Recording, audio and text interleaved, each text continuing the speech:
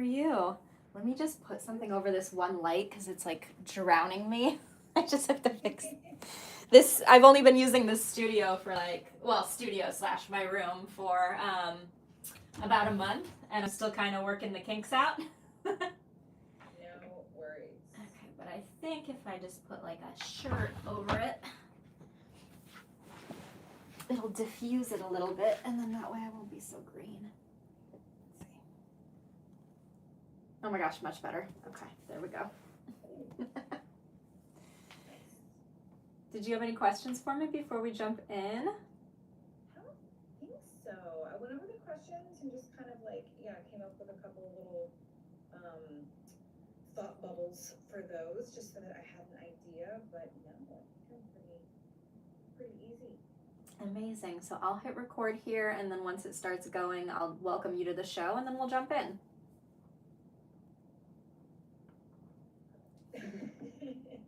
You have such good daytime lighting over there. I'm like, I really got to find a different setup. I'm sitting in between two windows. The desk is right in there. Perfect. So looks great. Cloudy, so it's perfect cloudy weather. Love it.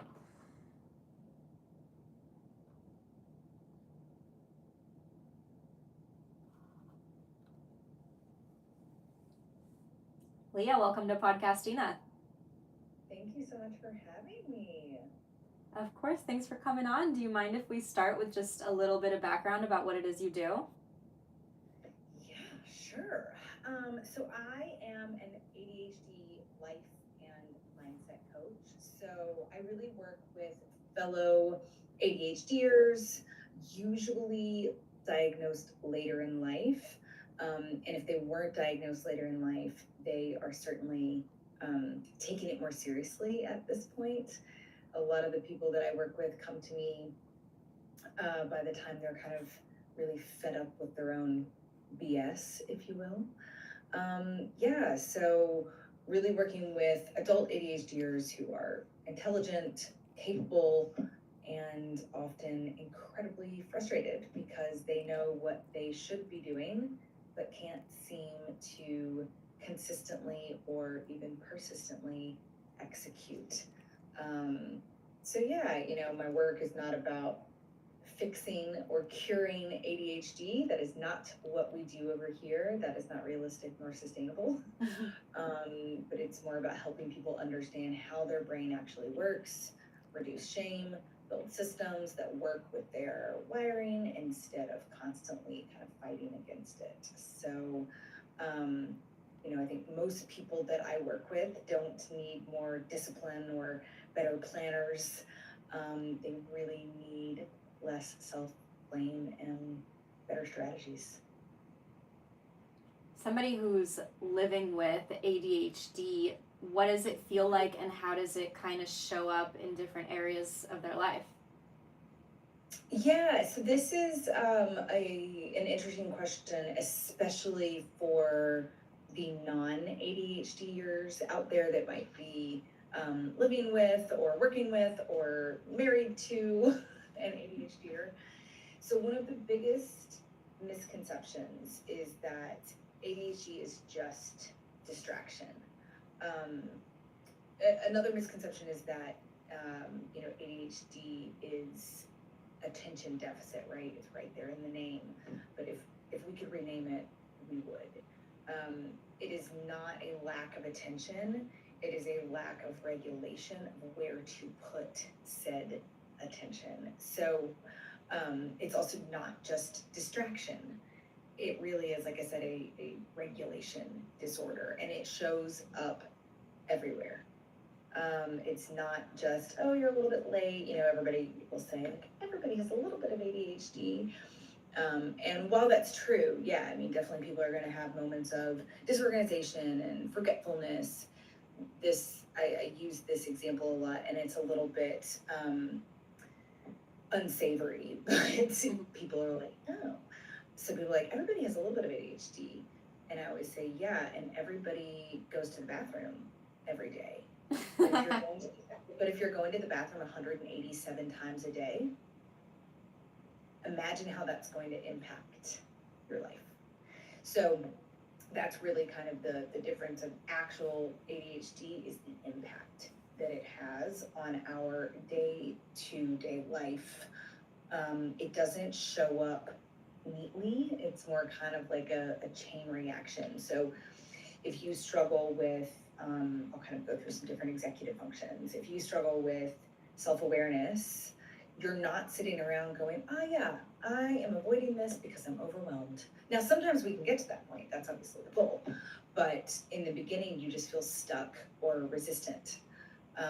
Or if planning and prioritizing are messy, which for most of us they are, you don't know where to start. So then task initiation goes out the window. If focus is a little bit slippery, you jump between things, which then blows up organization. And then you add in emotional deregulation, frustration, stress, impulse stuff, and staying on track becomes really, really difficult because your brain is busy managing feelings at that point. And then you've got working memory.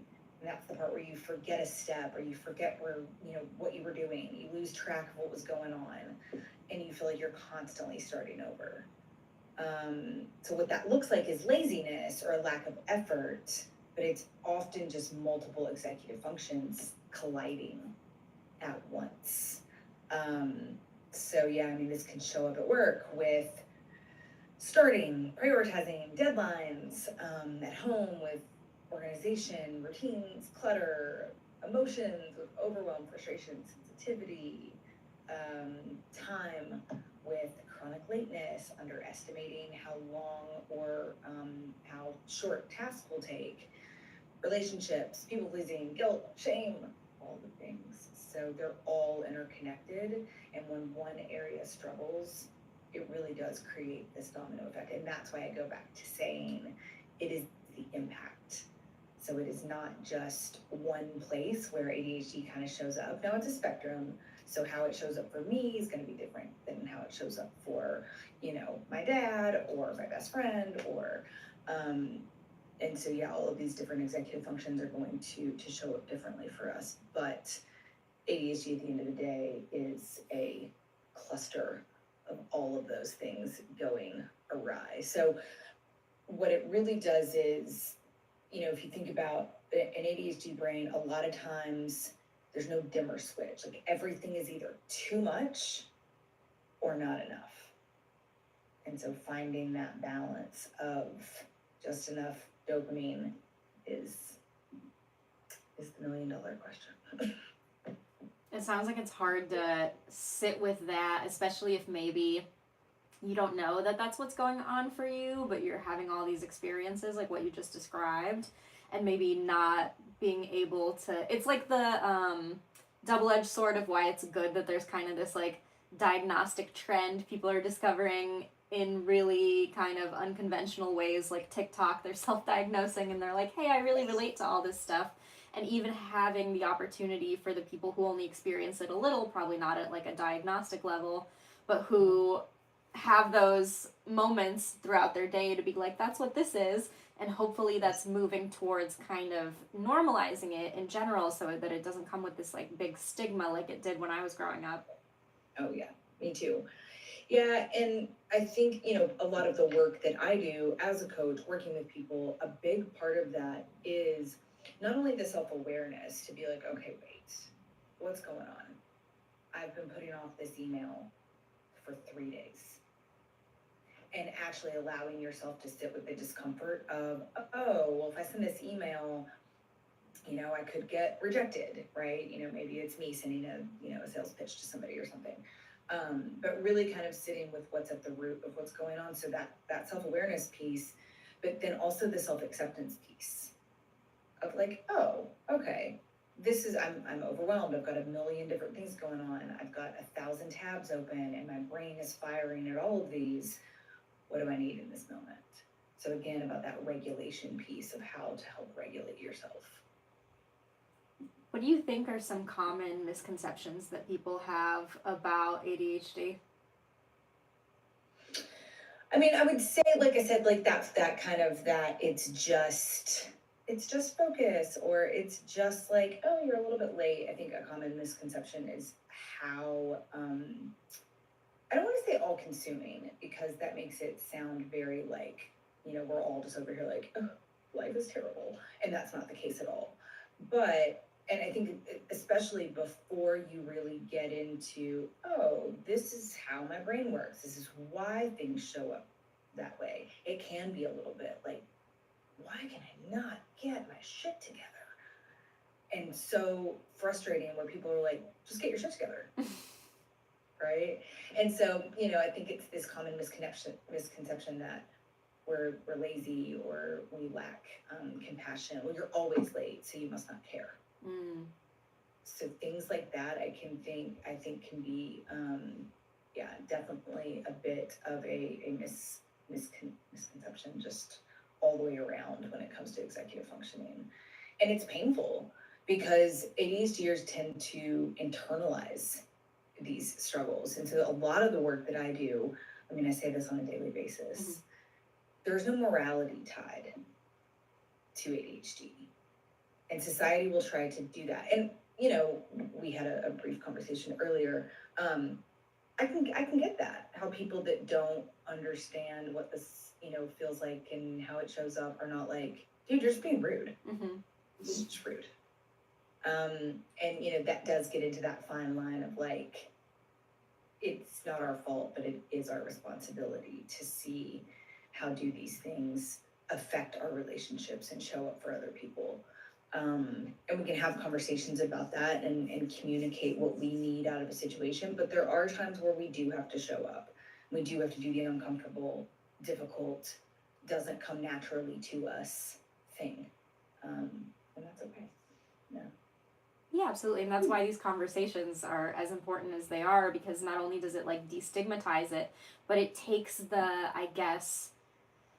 personal affect out of it, of that if I am in some kind of relationship, whether it's personal, professional, romantic, with someone who is struggling with ADHD, that the ADHD behaviors are not a slight against me. They're not intentionally there to punish me or to disorient me. And then on the flip side of it, if you're the one with the ADHD, that yes, it's something that you do need to cope with and find ways to work around it, but it doesn't mean you need to sit in this place of self-loathing and, oh, there's something wrong with me, I'm broken, I can't fix this. Because as we're going to get into the conversation more, there's fixes for this. There's like systems that you can put in place to help you and to like soften the blow of how some of these behaviors play out in what might not be a productive way. Yeah, exactly. There are definitely ways to work with all of this. Are they all like 100% foolproof? Do you, is it a switch that you can flip? No, it's still definitely something that, I have to I just wrote an email this morning about like, your things have a home. My headphones have to be on my desk or in this bag.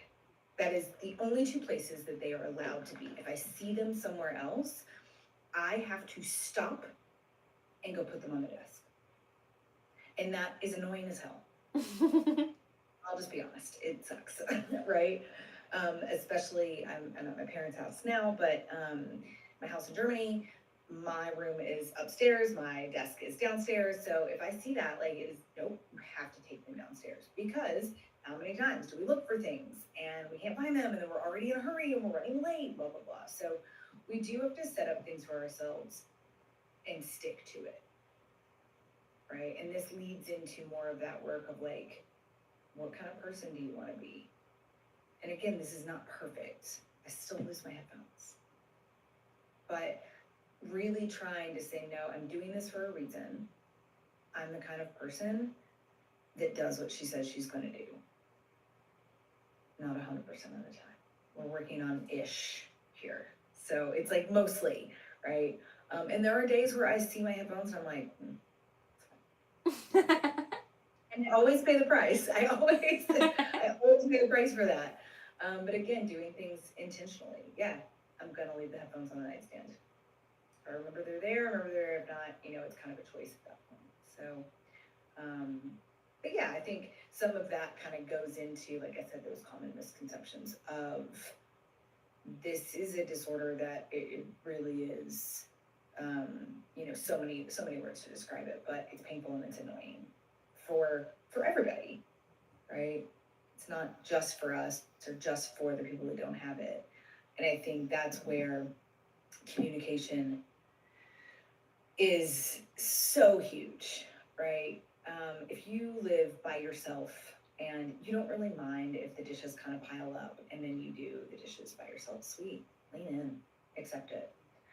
If you live with other people, it becomes unacceptable, right? And so that's where you have to have those conversations. Hey, I'm sorry, I'm trying to get better about this. If you see them in there, just give me a yell. I don't want you to have to do that. I don't want you to have to parent me. But this is a real struggle for me, or whatever it is. Leaving laundry in the washer. I do this all the time. It's terrible. My washer does not have like an alarm to alert me. It's the bane of my existence is leaving laundry in the washer for 3 days. And that's even worse because I live in Europe. We don't have a dryer. Oh no. So you have to plan out. You have to plan out, especially in the winter, like a week ahead of time if you need to wear something. So it needs to be washed. So yeah, just communicating what your needs are. But again, it goes back to that self-awareness. You have to be aware of what your needs are to be able to communicate them. And then we have to look at the shame aspect of, shame will play into asking for what you need because I should be able to just remember. It's so. I'm endlessly fascinated by the fact that with a lot of ADHD people, the symptoms show up the same ways. They're very consistent. Like, we spoke of the laundry thing because I lived with someone who's very ADHD and she would leave her clothes in the washer and it was like a whole thing. And I'm very type A, so that kind of stuff stresses me out. And for me, it's so natural to, even with the headphones example, all my stuff has a home. Like, that's my number one thing is everything has a home. And so that way if I lose something, no I don't, because I know where it's supposed to be. I only ever leave it in one place. So it's interesting for me, like, what is that? Why is it you're going through so many similar things as other ADHD people? And why is the object permanence such a thing? Because tell me if this is relevant to you. Another thing that my very ADHD roommate did all the time was she would buy things like for the kitchen, things for the pantry, and she would forget that she bought those things. And so we'd be like going through the fridge, going through the freezer periodically, and she would be like, is this yours? And I'm like, no, how do you not remember that it's yours? What do you mean? Like, I know everything I buy. Bless her. And bless you, because that would be amazing. Yeah, I mean, we've got prefrontal cortex going on, we've got the amygdala going on, we've got a lot of these things are, the dopamine of the situation. Ooh, those pickles, I love those. I don't know if we have some, I'm gonna get some just in case. Right? This also goes back to working memory. Working memory is part of that object permanence. If I do not see it, not gonna happen. It's just, my brain is more akin to Teflon than it is to Velcro. What a great analogy. Yeah, so when things come in, unless I'm really interested in it, it's gonna kind of slip around a little bit. Whereas in your brain, and they stick, right? So yeah, it really is, and I can't tell you how many times I've talked about this too, about forgetting things that are in the fridge. Okay, what do you need to do? You need to put a whiteboard on the front of your fridge and write what you've just put in there. And as you finish it, you cross it off. Every time you open the fridge, take a look at the list. What's in there? Oh yeah, those pickles. Oh yeah, that really fancy cheese that I bought that I don't want to, go bad. That kind of thing. Because too, I mean, like I said, we do not have ducks in a row. We have squirrels at a rave. More than likely on acid, if we're being honest. And so they are just here, there, and everywhere. So those pickles that I bought last week, not a chance. I have had 4 billion thoughts since I bought those pickles. It doesn't have a chance to stay in my brain that way. There's no way. So I have to externalize. I have to externalize my brain. That's why you hear people like, make a list and set alarms. And people are like, oh my God, if you told me to make a list for something, I'm one more. There's a reason. And that is because, again, our brains are more like Teflon. They're like envelopes. So our brains can handle like what you can put in here. And we try to treat them like a storage unit. This is what we're working with. We're working with a normal, letter-sized envelope. We are not working with a storage unit. And people will spend so much energy trying to remember the pickles. Why? There's a system for that. It's annoying. I don't love having to write things on a whiteboard when I get home from the grocery. One more thing to do. Is it going to help me save money and keep things from going bad and help my fridge not smell? Yeah, all right. I guess I can do that then. All right? No, I'm so glad we're talking about kind of these less highlighted areas. I'm sure for people who are ADHD listening to this, they're like, yeah, obviously I understand that I struggle with memory issues, struggle with object permanence, but I think those are categories that aren't spoken about as often and aren't as like common in everyday lexicon of people talking about it. I think it's like, oh, you get distracted easily, or you can't finish a task. Those are like the well-known areas. But it's so important that people understand the object permanence and the memory and the kind of like limited capacity for that too, because those are unfortunately the kind of symptoms that come off to other people as just like assholery, where it's like you're not intending to be a certain like a problematic way or like forget things, like that's not your intention. It just really is like your brain is different and it's not built with those things, and they all fall under that category. Yeah, definitely. And like you said, I mean, yes, some people that have ADHD, it depends on where they are, like, in their journey. Some people really don't realize what their ADHD is and how it shows up and how many different areas it overlaps. And depending on how you were raised, the caregivers you were raised with, the teachers you had, the friends you had, the coaches you had, you take a lot of that on as, I'm just a shitty person. And I don't want to be, right? Like this assholery is not on purpose. Mm-hmm. I don't know how to not do this. And so a lot of people, and you'll hear about masking with ADHD and all of that kind of stuff. You'll hear about a lot of people feeling kind of square peg, round hole, walking through the world as it is set up. And so that can be really, I wish I was, I am this way, but I want to be more like my roommate. So I'm just going to white knuckle it and try to do the things, and you just end up feeling like shit and you have no energy and you wonder why you're exhausted and burnt out all the time. Let's talk about why this seems to predominantly impact women. Yeah, I think that is really interesting because it doesn't. No, and it really it can show, maybe that is what you're seeing based on your algorithms, based on your guests, based on the conversations that you've had, based on the roommate that you had, that kind of thing. But I don't think that it is more prevalent in women, and it's certainly underdiagnosed in women. What we see a lot of is boys tend, and all of this is very general, so please don't come for me in the comments. All of this is, boys get diagnosed, I think like 35-40% more than girls, because boys tend to exhibit more of the hyperactive impulsivity side of ADHD. So there's inattentive, there's hyperactive impulsive, and there's combined. Girls tend to be hyperactive, but here, boys tend to be hyperactive, especially like when we're younger. If we think about ADHD, I'm 41, so like my generation, we think of ADHD and we think of the 8-year-old little boy that was bouncing off the walls in the classroom that was on the like that's what you think of. They were more disruptive than me staring out the window at these 2 squirrels that are playing in my backyard currently. that's not as disruptive. That is just more like, hey, what are you doing? Whereas the little boy that's being hyperactive can't sit in his seat, he's over here drumming and like, so they're like, dude, what the hell's wrong with this kid? So boys end up being diagnosed far more than girls.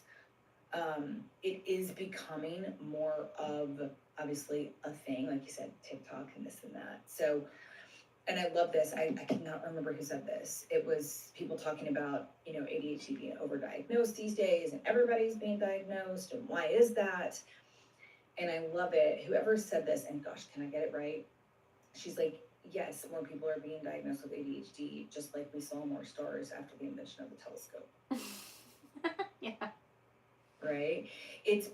We're becoming more aware of it. We're seeing it more. We've got tools to understand it more. So yeah, it is becoming more prevalent. I also think that nowadays women are just more apt to talk about it.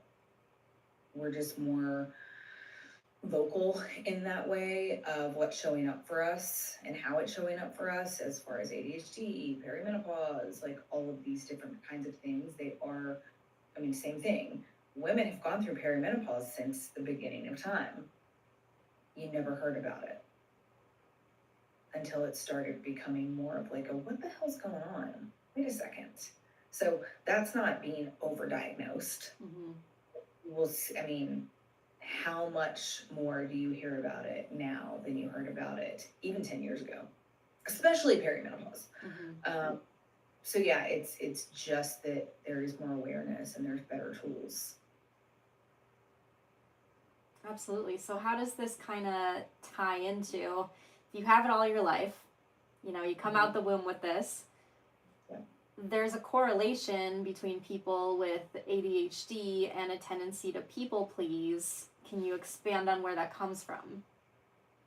Yeah, so people pleasing often becomes a coping strategy. So if you grow up feeling like you are too much, too messy, too loud, too chatty, too forgetful, you start overcompensating by being agreeable and helpful. So people pleasing for ADHDers is rarely, not always, but it's not about necessarily being nice. It's about avoiding rejection. So how can I do the thing you need me to do? How can I just say yes so that you won't reject me? Because I'm too much in all these other areas. I'm too loud, too messy, too forgetful, and too late. But you need me to do this really inconvenient thing that might make you like me? Done. Sold. Because I can make up for my too muchness if I say yes. Even when I don't want to, even when it doesn't fit in with my values and my morals and my timeline and all of that. If I can help compensate for all this other shit that's bad with this that's good, then maybe you'll like me more. And in such liking me won't reject me. It's so important to know that, because I think it might kind of point people in the direction of maybe they don't notice the ADHD qualities in themselves, but maybe they're noticing just a level of people pleasing that they should pathologize that isn't okay, and that's creating dysfunction in their lives. Maybe that can be an arrow to be what's underneath this, and to explore why that's coming up, and maybe figure out that, there's something underlying here that I can correct, and I can get out from under this. Yeah, and too, a lot of this stuff does, again, go back to what were the ways that you were raised? Were you able to show your worth by saying yes or helping out, or and this can go, emotional people pleasing as well, where you kind of the middleman between people or whatever, and kind of emotionally saying yes to things. You carry that with you. Oh, that worked with mom, dad, grandma, grandpa, aunt, uncle, teacher, whoever. I need to keep doing that, even at my own detriment, because at least they still think I'm a good person. Mm-hmm. Yeah. So at what point does it become self-sabotage? Yeah, I mean, self-sabotage is a really interesting thing. Self-sabotage is often projective logic, right? So you're avoiding overwhelm, avoiding failure, avoiding responsibility, avoiding discomfort, um, uncertainty, unfamiliarity. You know, we've all heard the adage that your nervous system, well, if you haven't heard it, you hear it here now. Your nervous system will always choose familiarity over uncertainty. You will choose a familiar hell over an unfamiliar heaven 10 out of 10 times if it's left up to your nervous system. Because even if that familiarity, toxic relationships are toxic and ruining your life, it's familiar and you're still alive. And your nervous system equates familiarity with staying alive. Right? So comes down to a lot of that kind of stuff. So it's not necessarily sabotage, even though sometimes it is, it's protection. So spotting those patterns is really big. When do I do this? What triggers it? What feeling am I avoiding? Again, asking those like really gross, uncomfortable questions. Again, discomfort. What is I'm doing like a lot of quotes today. I don't know what's going on. I love it. What's the saying of like, your growth is directionally proportionate with the level of uncomfort or of discomfort you're willing to sit with. Yeah. And I do think that that's true, especially as we go through these like self-discovery, self-healing journeys. Shit's gonna get uncomfortable. You're gonna have to look yourself, your behaviors, your patterns, all of that, squarely in the eye. And that's not, it's not where we have to start. For anybody that, thinks that my services and coaching could be helpful. That's not where you have to start, but it is kind of the place that you need to go so that you can really figure out what's going on. Why do I keep doing the same stuff that keeps derailing me, keeps throwing me off track? And again, there's not a switch that we can flip, but we can start making those small steps. A lot of ADHDers, bless us, we want like quantum leap changes. I want to, whether it's take a pill, I mean, so many people are like, just give me the meds. I was that girl. I was like, just give me the meds. Everything will be fine. Took the meds. Hated the meds.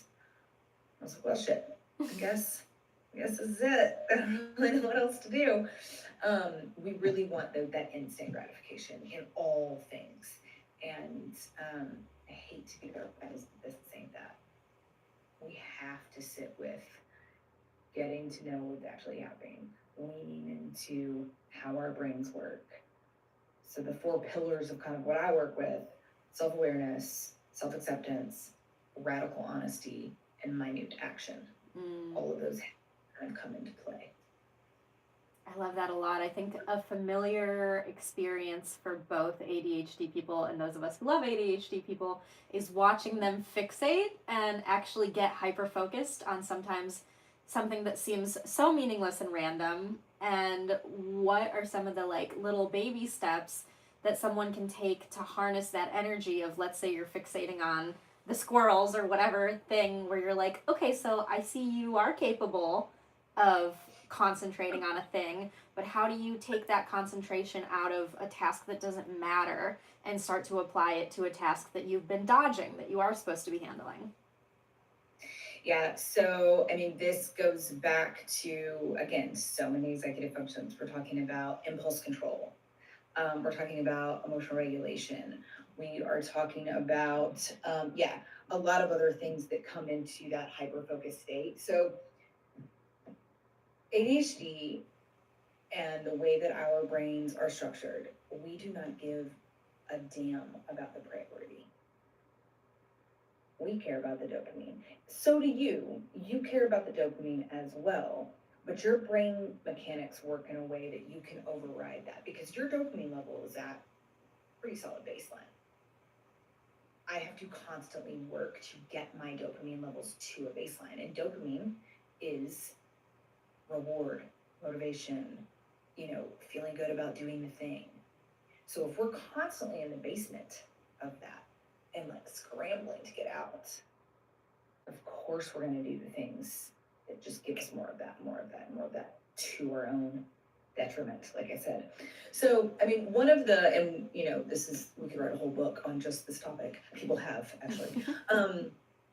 One thing that I like to just kind of at a basic level of ADHD management is dopamine stack. So you're currently hyper-focused on, I've got one client that is currently hyper-focused on the Sims game. Like SimCity. I know, loves it, like obsessed. I, thank God, am not a gamer. Otherwise, I'm sure I'd be right there with them. So we're using that as her reward, right? So you do the thing that needs to be done. You send the email. You reward yourself with a little bit of Sims. Now, this gets really nuanced because it's not email, Sims, email, Sims, email, Sims. That's way too much task switching. We can't handle that. So we have to set some parameters, all right? I need to sit down, no other distractions, phone in the other room, Sims is blocked on my computer. I have to get this piece of work done, and I need to set a timer, preferably one that I can see. So they've got the timers that you can turn and you can see the time because we're time blind. We don't see the passing of time the same way that you do. So we want to set that, work on it, and then I get to play Sims. Maybe that still doesn't work for you. We're going to experiment with this. Maybe that looks like I do not play Sims until 5 p.m. and then it's free reign. I can play until my bedtime of 10 p.m. Right? We're going to tweak that as well. Is that working for you? Like, does that feel good? After the dopamine hit? Probably not, because you haven't eaten, you haven't drank anything. We've got friends that haven't seen you in 2 weeks because all you've done is worked in Sims. You haven't seen sunlight, right? So we have to kind of play with these things. Another thing with dopamine stacking is I love a podcast. Heyo, listen to this one if you're needing some dopamine stacking. So get yourself a podcast, listen to it while you do the dishes, listen to it while you fold the laundry. Same thing with an audiobook. I love an audiobook. Tell me a story and I will do what needs to be done, especially if it's something really good and I'm really invested in. Some really good music. Something to like get you up and get you going, move around. Use that first song to just dance. You don't have to do the dishes. Just dance it out and then do the dishes. Another great thing to kind of play with when it comes to kind of task initiation and that kind of stuff, time your activities. How long does it actually take you to load the dishwasher? 8 minutes? Your brain's going to tell you it's 45. As an ADHD. How long does it take you to actually vacuum the living room? Again, I don't know, 10 minutes? Your brain will tell you it's an hour. Looking at different ways that your brain works as far as like, and you being neurotypical and very type A, you're going to be like, what are you talking about? You don't have to do the things the way that other people do them. So if somebody's like, oh, I'm cleaning the house today. So if you say that, you're like, oh, cleaning the house today. You're cleaning your house. You're cleaning the kitchen, you're cleaning the bathroom, you're cleaning your bedroom. You don't have to do that. If you're in the bathroom and you're like, oh, that sink's looking a little, you can just clean the sink. That's it. If you are looking in your mirror and you're like, oh, that mirror's got all kinds of water spots and toothpaste on it, just clean the mirror. If you're doing little steps like that, just vacuum the living room. Just wipe down the counters. Doing these little steps are so much bigger than I'm going to clean the whole house. I am almost never going to be motivated to do that. And as ADHDers, we struggle with motivation anyway. We are more of a momentum people. Momentum is where we really shine. So come up with some momentum tasks. What are some things that are really easy, low-hanging fruit, just to get the ball rolling? Keep going from there. And then you can still have your hobbies and your other hyper focuses. Again, it comes down to awareness. I have gone down this rabbit hole of what natural supplements best, help my hair grow. Okay, well, that information's still going to be there after I, like I said, create that resource or jump on that call or record that video. It's going to be there. Now I need to write it down if that's something that I really want to remember. Supplements for hair growth, because that is why a lot of times we interrupt things, we task switch because we're afraid we're going to forget it, which, spoiler, we do. That's why the fear is there. So externalize your brain, even if you never go back to it. Who cares? Write it down. Natural supplements for hair growth. Okay, sweet, I can go back to that later. You might go back to it later and be like, who cares? I'm over it. Okay, cool. No big deal. We don't have to live on hard mode all the time. We can lean into being like, oh yeah, that's right. I like that a lot. When you said dopamine stacking, it like reminded me of habit stacking from Atomic Habits, that James Clear book that I think a lot of people are familiar with. I mean, that's productive for me too, even as someone who like doesn't.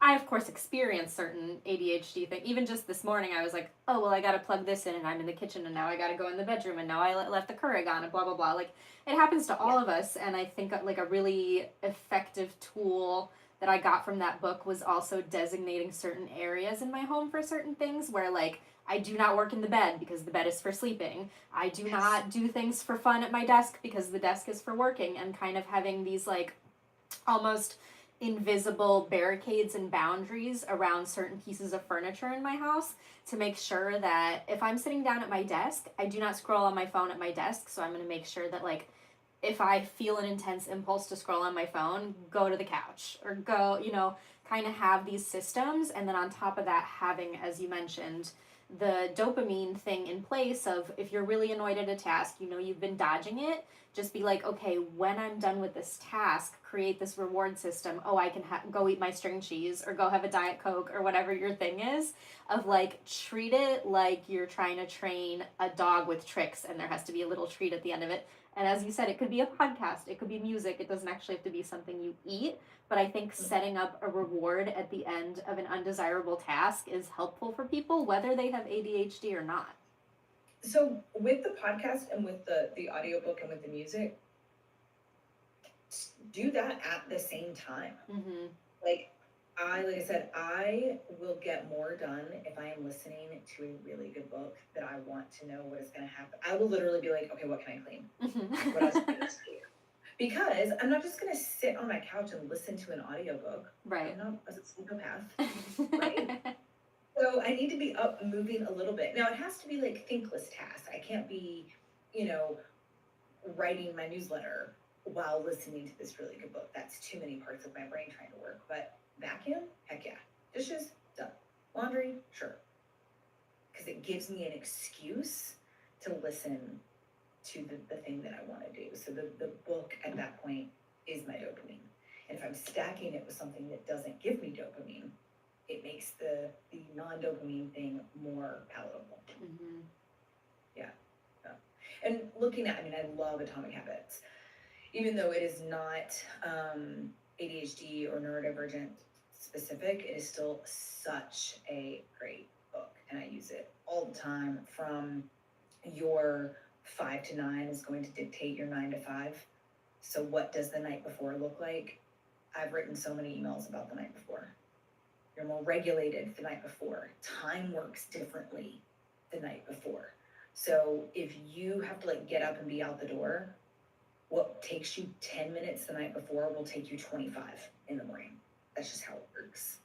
And with ADHD, it's probably even more. So really, looking at that. Also, looking at the barrier to entry on things, the friction, right? We want to reduce the friction that we are, setting ourselves up for. It's a lot of times we don't even know that we're doing it. So, friction is anything that makes starting or continuing feel mentally heavy. So, too many steps, too many decisions, too much or too little stimulation, too much overwhelm, an unclear starting point. Our brains are incredibly sensitive to activating energy. So if something feels too big, too boring, too vague, our brains are going to resist engaging. And so, really looking at an example I always give of, if I want to go to the gym, I need to get up and immediately put on yoga pants and a sports bra. The sports bra will, putting on a bra will keep me at home. I'll be like, yeah, no, can't be bothered. I can't. I hate it. I'm not here for it. And that will be my, like, that will be the thing. And it sounds so silly, but that will be the barrier to entry for me. So if I can just cut that out immediately as I get up, this is what I do. Even if I don't go to the gym, at least I'm ready to go to the gym. So we're trying to reduce those barriers to entry and the friction point for things. How can the people around the ADHD support them without it sounding overly critical or without you being annoyed because I keep telling you to set alarms and make lists? Like, what's the effective way to support the person without criticizing them to a place of resentment? Right. I mean, you're definitely onto something there. This is obviously huge for relationships of any kind. Criticism, as we all know, for all of us, ADHD or otherwise, increases the chances of shutdowns. And because ADHD brains are highly sensitive to perceived threats or rejection, it's even more so for us. So criticism activates the threat response and then the brain goes offline. So it really is important for both parties, for the ADHDer with themselves, curiosity over judgment, curiosity over criticism, looking at things in more of a collaborative fashion, like we're collaborating over correcting. Neutral observation, external structure where you can help them. Now, I think that the ADHDer, again, also has responsibility in this. Hey, yeah, I did tell you to set that alarm. Do you want me to not do that and we risk that you don't do it and you miss it? Like, how can I help you? Where can I support you? What do you need from me? And again, that takes work from the ADHDer. What do I need? And how can I look at letting go of the shame of asking for help? Huge. So big. Because if I have to ask, hey, and I mean, again, this is going to be different probably for a roommate situation versus a co-working situation versus a romantic partner situation. I'm a lot more likely to ask my husband, hey, can you help me with this? Help me remember to put this in the calendar, set this reminder, or, whatever, versus a roommate or a colleague. But if you can have a good conversation with a manager or you're roommates, you're living together, there needs to be some form of communication. Hey, I really struggle with this. Can you make sure that you put the clean and dirty magnet on the dishwasher for me, or that kind of things. And when they do, inevitably, the ADHDer, when they do misstep, instead of being like, dude, what is wrong with you? That's not going to be very helpful. So instead of just being like, hey, like, I'm not upset, I'm not mad, I'm just trying to help you figure out like what went on. Could I have done something to help? Not condescending, not like, oh, poor little simpleton. That's not going to help either. no patronizing here, just solid friendship and collaboration, communication. That is what we really need. We need the understanding of, it's all right, I get it. Even if you don't. Even if you're like, and then the validation that, you know that we're not terrible people. Those are, I think, really important aspects of supporting your ADHD partner. Paying attention. And if you notice something, hey, I noticed that this and this happened. Is that something that you've noticed? Is it something I can help with? That kind of thing of helping to point things out versus you did it again. Oh, you didn't notice that? Not surprised. Shocker. Right? That kind of language is not going to help any of us. So yeah, compassion, understanding, validation. Things that we all need. Diagnosis or not, those are all just good relationship advice across the board. Exactly. Yeah, definitely. Are there any dopaminergic hacks that we didn't cover that might be useful to someone listening to this? Yes, kind of like we did cover that. We covered the dopamine stacking. I think that this is going to come down to a lot of the stuff that that people already know about. So, music, timers, race the clock, right? So if you've got, 20 minutes before you need to call your mom, what can you get done in those 20 minutes? Set an alarm and then race it. Just quickly pick up the living room, pick up the kitchen, throw the dishes in the dishwasher, and, put the clothes upstairs. You don't even have to fold them, right? Stuff like that. I also think a dopamine hack that people don't really think about is following through on what you say you're going to follow through on. It creates self-trust, and every time you do the thing, you're like, holy shit, my headphones are where I need them to be. This is wild. Especially depending on where you've come, like how far you've come. Because I cannot tell you how much I used to lose things. Still do on occasion, but it's gotten a lot better. That kind of thing feels so good. I will always have a floor drobe. Like my room is just always going to be a mess. I can lean into that space, luckily. But I have a clothes hamper for dirty clothes, and then I have one for clean clothes. Because that's where the floor drobe comes from. It's just clean clothes that I've like tried on and don't have the energy capacity, dopamine to hang back up. But if they're just strewn all over my room, that creates external chaos, which doesn't help my internal chaos. But if I could put them all in this other basket, yes, it's still chaos, but it's that slightly organized chaos. Things like that, it feels so good to be able to walk in and be like, it's still a little bit of a shit show, but it's so much better than it used to be. Every time I put my keys on the hook and I go to leave the house and my keys are on the hook, wild. Right? My phone is charged, my headphones are charged. Seriously? That feeling is dopamine in itself. Now, that's a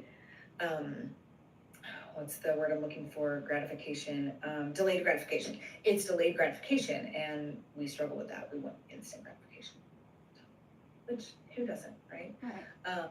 But setting these things up for ourselves to get that delayed gratification, it's like a bonus point of dopamine that you didn't even have to it's a gift from your past self. So I think thinking of it in that way, I think body doubling can be a really great dopamine hit. I don't know if you're familiar with body doubling. So I have a coaching community, and we have 3 body doubling sessions a day where you just log on. Everybody logs on a Google Meet. You just quickly say, what are you going to work on for the next hour? So I'm going to work on my Pinterest marketing. Okay, I'm going to clean my kitchen. I'm going to, meal prep. Okay, cool. See you guys in an hour. Everybody turns off their mic. You go about your business, do your stuff, and then at the end you check back in. Hey, how'd you get on? Yep, I'm almost done. I've got one more thing to pin, and then I'm set for the month. Wow. How'd you get? Yep, done with my kitchen. It is, I cannot tell you how insane body doubling is, where we will have calls where people are like, I've been putting this off for 3 weeks. Today's the day. And I get it done. Like, it really does help just having that set time that you know, this is the time I'm going to sit down at my computer and I'm going to work on this thing. And I'm going to tell other people that I'm working on this thing. And then they're going to ask, did you work on the thing? And of course, there's no judgment there. If you just sat there and didn't get anything done, I'm not going to be like, really? Well, right? But it is crazy what that time will do and how good it can feel at the end of that hour, for sure. So I love body doubling as like a little dopamine hack. Obviously, yeah, music, novelty, visual progress tracking. So everybody loves a good streak. So can you, if there's something that you're trying to do daily or 3 times a week, can you find a way to visualize that? You see big X's on there. That kind of stuff can be really exciting. Like I said, gamifying tasks, racing the clock, movement, just in general, the back to basics that I do quite a few workshops on back to basics, and it's sleep, water, food, movement, and sunlight. Go back to the basics. How are all of those looking for you? And they're probably going to be up and down. It's not going to be like consistent 100%. That's not what we're going for. We're going for, I'm really taking a look at my sleep hygiene. I'm really trying to make sure I'm making that a priority. Not because I should, but because if I sleep better, I'm going to be a more regulated human. And that feels nice. Right? I need to drink more water, not because I should, even though I should, but because it's going to help literally lubricate my brain. So all of those kinds of things. And again, when you're showing up for yourself, and you're keeping these promises to yourself, and you're having these, like you were talking about, the rules. I call them rules-ish, because as ADHDers, we're probably going to break them here and there. But really having like, I'm in bed by 10 o'clock. That is the rule. Now, there are exceptions to the rule, but the rule is 10 o'clock. The rule is I'm off my phone by 10:30. Some people have the rule where phone's not even in the bedroom.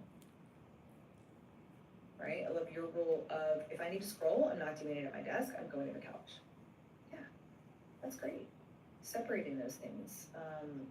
So I think all of those kinds of things can lead to little sneaky dopamine hits, leaning into the dopamine, the low dopamine hits, because what we're looking at are a lot of people, social media, just ping, ping, ping, ping, ping. If your phone or something like that is a problem, try more long form media. Get on YouTube and watch something that's a solid 15-20 minutes instead of this 1 second. All of those things kind of help to regulate your dopamine. I like that a lot. There was so much in that, and it reminded me of this quote that I'm sure you'll appreciate, which is that self-esteem is built on esteemable acts. So when you tell yourself, I'm going to keep my keys on the hook, and then you prove to yourself that you can do it, it's going to build that resilience and build that self-esteem, and it ties into mindset. So you're going to be able to prove to yourself, hey, I am a person that does that, and that's going to give you a reward. Yes, 100%. And like I said, the self-trust there is so big because we don't trust ourselves. We struggle with so many things. We have, decision paralysis, analysis paralysis, decision fatigue, all of these things that make us second guess or question all of that. So any of these little things that we can do to improve and increase that self-trust is going to filter into other parts of our life. And it's huge. Yeah, I love that quote. That's a good one. Thanks. Well, Leah Carroll, if people want to work with you or learn more about what you're doing, where should they go? Yeah, so you can pop over to Instagram. That's definitely probably where I'm the most active, even though I am not super active because social media drives me insane. But I'm over there at adhd.coach.leah. You can get a free call with me. That link is there as well. So before I work with anybody, they get a 45-minute free coaching call. It's not a sales call. It is a tried and true coaching call to really see what you're struggling with and how we can address your specific brand of ADHD, because like I said, it is not a one size fits all. So that's really the best place to start. I offer one-on-one coaching as well as a group membership, depending on what your needs are. But yeah, everybody starts with that free call, and then we can go from there. You can pop over to my website if you want to know a little bit more about me, leahccoaching.com. Amazing. Thank you so much for coming on the show and talking to me today. Thank you so much for having me. This has been great. This has been great. And thank you everybody for listening. Bye. All right, I've stopped the recording. Let's see where we're at. That was so fun. That flew by. Okay. It did fly by. I think it was like a full hour. All right, we are at 100% on both of our ends. Amazing. So I'm probably going to have a pretty quick turnaround with this. So next week it's either going to be Monday or Thursday, but whichever day it is, you'll get an email from me with the links to everything. So if you want to like share it, if you have a newsletter, whatever you want to do with it, feel free to clip it up. I'll also make some clips too, so I'll tag you in whatever I end up publishing. And then otherwise we're all set. That was awesome. Thank you so much. Perfect. I love that. Thank you so much for having me. Anytime. And if the need ever arises, give me a shout and I'm happy to come back. Absolutely. Thanks so much. Thanks so much. Take care. You too. Bye. See ya. All right, everybody. Thanks for hanging in there. There's still a few people around. All right, that was the episode. It's going to be up in its entirety next week.